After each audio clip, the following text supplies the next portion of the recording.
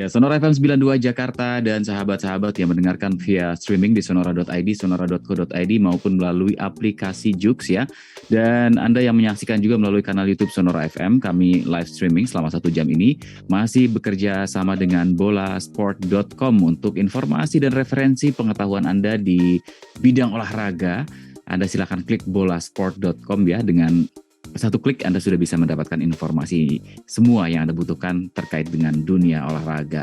Disajikan dengan cara yang entertaining, jadi nggak ngeboseninnya kalau kita baca bolasport.com, seru sahabat Sonora, dan Anda bisa dapat insight dari jurnalis-jurnalis yang menyampaikan liputannya di bolasport.com. Dan malam hari ini saya masih bersama dengan 2 sahabat saya, Mas Abdul Rohman, jurnalis bolasport.com, dan Mas Bagas Reza Murti, juga jurnalis dari bolasport.com. Kita masih membahas tentang menuju kualifikasi Piala Asia U20 tahun 2023. Indonesia ada di grup F bersama Timor Leste, Hong Kong, dan Vietnam.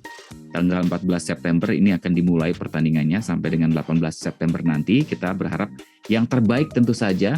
2 tim ya kita optimis lah ya. Tadi sudah dibahas banyak oleh Mas Bagas dan juga Mas Abdul. Timor Leste, Hong Kong, oke kita pede. Kita bisa mengambil poin yang lebih baik lah karena secara statistik di atas kertas kita unggul ya. Tapi bagaimana dengan Vietnam? Nah, ini menarik karena kita punya sejarah panjang dengan Vietnam ini. Dalam beberapa kesempatan laga kita ada naik turunnya, ada maju mundurnya. Bagaimana Mas Bagas mungkin bisa memberikan analisa peluang Indonesia di laga kualifikasi Piala Asia U20 kali ini? Seperti apa kemungkinannya Mas Bagas? Kalau kita bandingin mungkin persiapan Vietnam bisa dibilang lebih serius ya, karena dari awal Agustus mereka sudah menggelar training center, sementara Indonesia sendiri baru pertengahan ya. Sintayong baru pulang ke Indonesia tuh tanggal 16, jadi saya kira Vietnam dari segi persiapan lebih unggul, dan mereka juga TC di Jepang ya. Tapi laga uji coba mereka juga tidak memuaskan karena kalah juga dari 3 laga di Jepang itu, melawan timnas Jepang U18, terus Cerezo Osaka kalau nggak salah, 1 lagi sama tim universitas. Dan kemudian mereka juga melakukan uji coba di Vietnam pada akhirnya melawan Palestina U20. Itu 2 kali, mereka sekali seri dan sekali menang.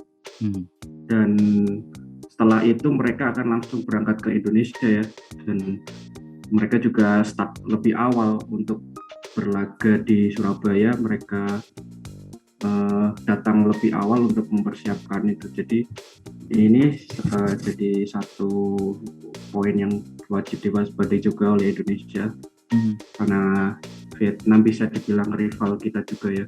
Dari Piala AFF kemarin kita gagal mengalahkan mereka, tapi di U16 berhasil kita mengalahkan. Nah, apakah kita bisa mengalahkan, itu yang jadi pertanyaan. Oke. Dan kabarnya mereka tanggal 12 itu Vietnam sudah tiba di Indonesia ya. Jadi lebih awal untuk mengetahui atau menyesuaikan mungkin dengan kondisi yang ada di Indonesia di tanggal 12. Mereka baru berlaga di tanggal setelah itu.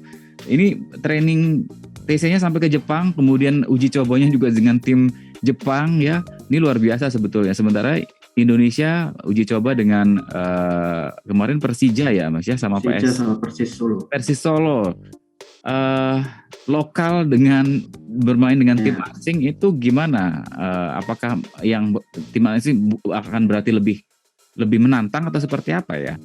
Ya, kalau dari pengalaman internasional ya harusnya iya ya, karena mereka juga nggak bertanding di negara sendiri ya, ke Jepang dan di negara orang lah istilahnya. Berarti mereka sudah mempersiapkan mental bertanding di luar negeri, dan itu akan dilakukan di Indonesia nantinya. Terus juga lawan-lawannya juga timnas Jepang, kemudian klub lokal Jepang, dan 1 tim universitas. Tapi saya pikir lagi-lagi ya Sintayong, mempercayakan ke Sintayong bagaimana nanti timnas Indonesia akan melawan rival yang satu ini, karena memang track record Sintayong juga kurang baik ya kalau lawan Vietnam di segala usia. Oke. Track recordnya kurang baik ini dalam tanda kutip. Kalau Mas Abdul bagaimana melihatnya? Kalau tadi kita membahas di awal bahwa sebetulnya Indonesia punya modal semangat ya, karena tadi U19 kita baru saja dalam tanda kutip dikecewakan gitu ya dengan kondisi saat itu. Apakah ini bisa membuat Indonesia kemudian lebih menyala gitu ya, on fire gitu ya melawan Vietnam, atau seperti apa Mas Abdul?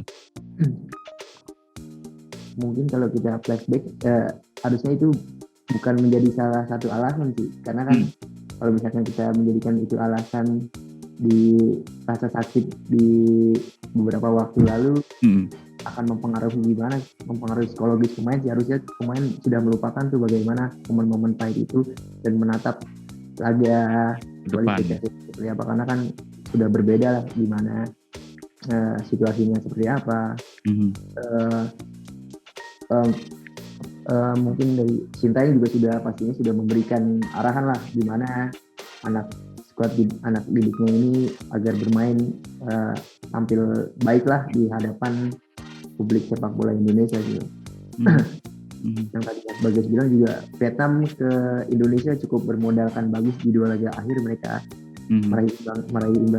meraih sekali imbang dan 1 kali kemenangan kontra Palestina sih. Itu juga cukup menjadi kekhawatiran lah bagi Indonesia, apalagi kan Palestina merupakan negara yang cukup harus patut diwaspadai lah di sepak bolanya.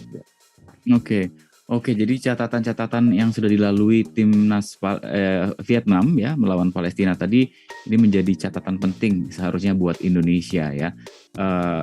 Kalau terkait dengan habit-habit baru, apakah teman-teman jurnalis bolasport.com ini ada bocoran-bocoran gitu kalau kita menyimak bagaimana U16 gitu ya berhasil mendapatkan kemenangan itu dengan beragam cara didikan disiplin yang luar biasa dari pelatih Bima Sakti. Kalau Sintayong, apakah ada treatment khusus menjelang kualifikasi Piala Asia U20 ini ataukah sama dengan U19 yang lalu?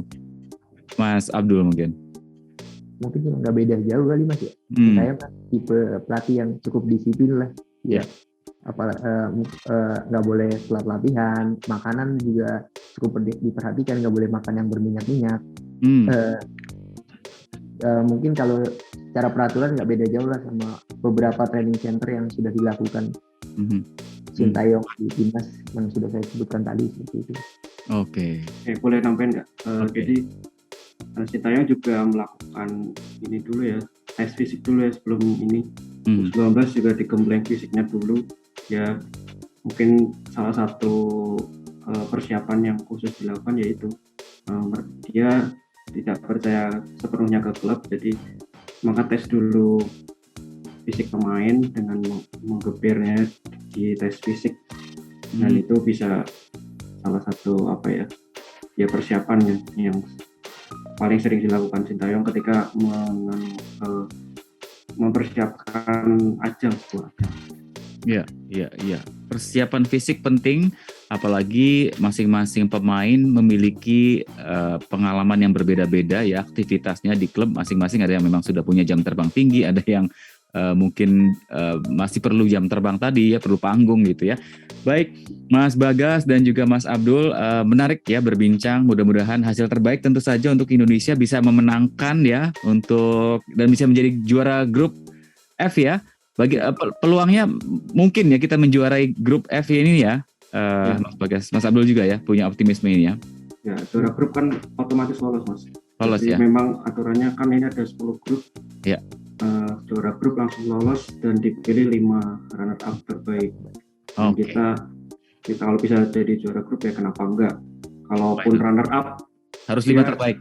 Harus 5 terbaik, dan kuncinya adalah menang di 2 laga awal itu lawan Timor Leste dan Hong Kong. Oke, kunci itu menjadi kunci penting ya.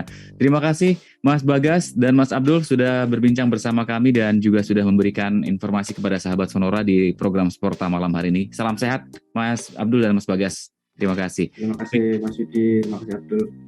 Demikian sahabat Sonora perbincangan kami bersama 2 jurnalis bolasport.com untuk Sporta edisi hari ini. Terima kasih, sampai jumpa dan salam olahraga. Goodbye.